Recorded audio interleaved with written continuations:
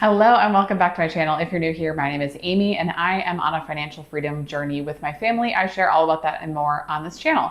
And today I'm going to be talking about my bonus for this year. You guys seemed interested in hearing about my bonus and what we are doing with it. So I figured I would dedicate its own video to it.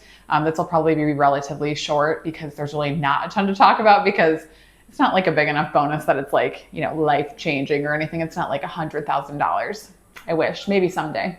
But I figured I would at least dedicate a separate video to talking about it. So yeah, let's go ahead and go through what my bonus was, how we're allocating it, and my thoughts on all the different ways we're allocating it. So my bonus after taxes and 401k. So I did not include the pre-tax just because literally the only two things that came out were taxes and 401k. So I contribute to my 401k and then my employer also matches it. And then I also obviously have to pay taxes, but because our bonus checks are like separate from our like normal checks, there was no other deductions taken. So what actually hit my bank account was about $9,200.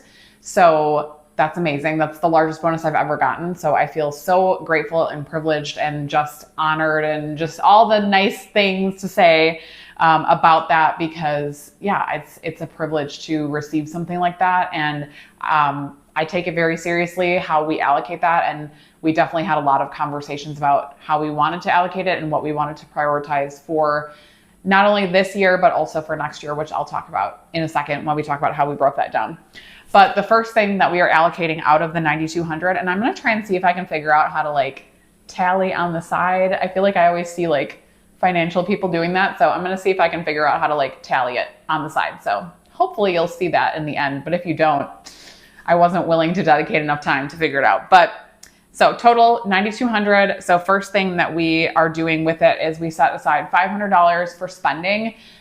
This is something that I haven't done with prior bonuses that I feel like I should because you have to treat yourself like a little bit. So $500 I'm setting aside for spending. Now this is pretty much already spent, to be completely honest. We know what we're going to spend it on. Number one, like the biggest thing was we actually need a new vacuum. I know. This is life in your 30s when you dream of spending money on a vacuum. So I got a Shark. It's nothing exciting. It's a cordless. We needed a new cordless vacuum. We have like a really, really old Dyson that we've had for years and years. It is dead to like, I've tried to fix it. I have fixed it. It's been through the ringer. It's just time for a new one.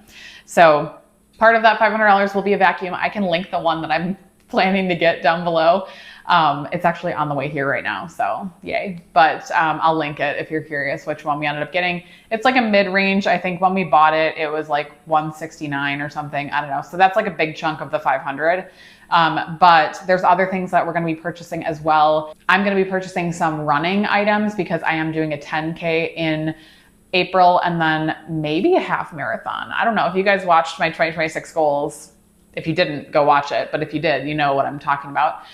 So I'm planning to continue running a lot in 2026. So that will be some of what I'm purchasing. I will link down below some of my running favorites because I tend to repurchase the same things as far as like clothing and just items like that. So I'm going to buy some running things and then maybe just some other things around the house. I'm going to see if my husband wants to buy anything. He's typically pretty like low maintenance with stuff like that. But if there's anything that's on his list that he's wanted to buy. So $500 will be going to spending. Then the next chunk of money, and sorry, I'm looking at my phone because I have it all written out. The next big chunk of spending is $5,700 to finish my 2025 Roth IRA. So I was able to put $1,000 from our normal December income towards this goal, which means that we had $5,700 left to be able to max it out. So it was $7,000 to max it out for 2025. So I will be allocating $5,700 to finish that goal. Yay. Very happy we were able to finish that one. But it is a big chunk of the bonus. So that's a little bit like womp womp. And then the next item is $1,000 to our kids' 529 plans. So we had a goal of $5,000. Obviously, we wouldn't have been able to put that much towards it anyway because that wouldn't have been possible even if we had allocated more to this. But we just decided on 1,000. I felt like that was a really good portion of the bonus to put towards that. So $1,000 will be going to our kids' 529 plans, split amongst the 3 of them. And then the last thing, which we have $2,000 left. So the last thing is we are going to be allocating that $2,000 to go towards our 2026 Roth IRAs. So they did increase the limit for 2026. So we can actually both contribute $7,500 towards our Roth IRAs instead of just the $7,000 that we did in 2025. So with that, it like bumps up the amount we need to save for next year.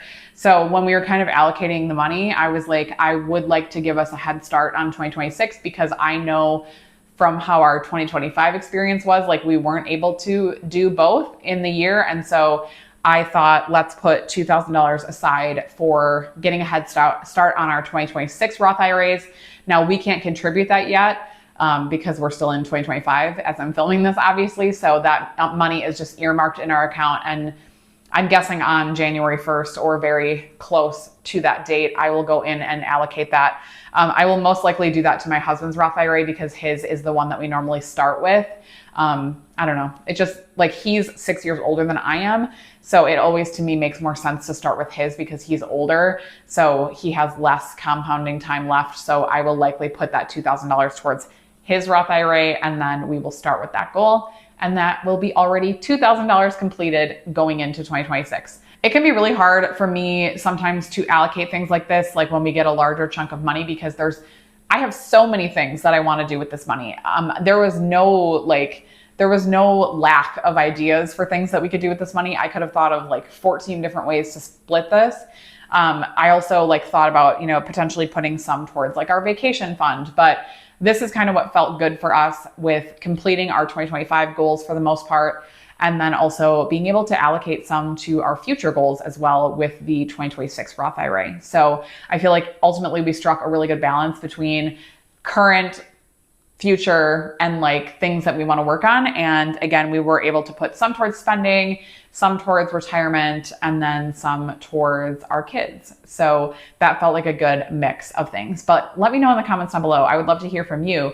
How would you have spent this money if you were me? Would you have allocated anything differently? And I would just love to hear how you would allocate, just say $10,000 to round it up. But what would you do if you got $10,000? I would love to hear about it in the comments down below. And I told you guys this was going to be a pretty short one. So hope you enjoyed anyway, hearing how we're spending our bonus for the year. And I will talk to you guys in the next one. Bye guys.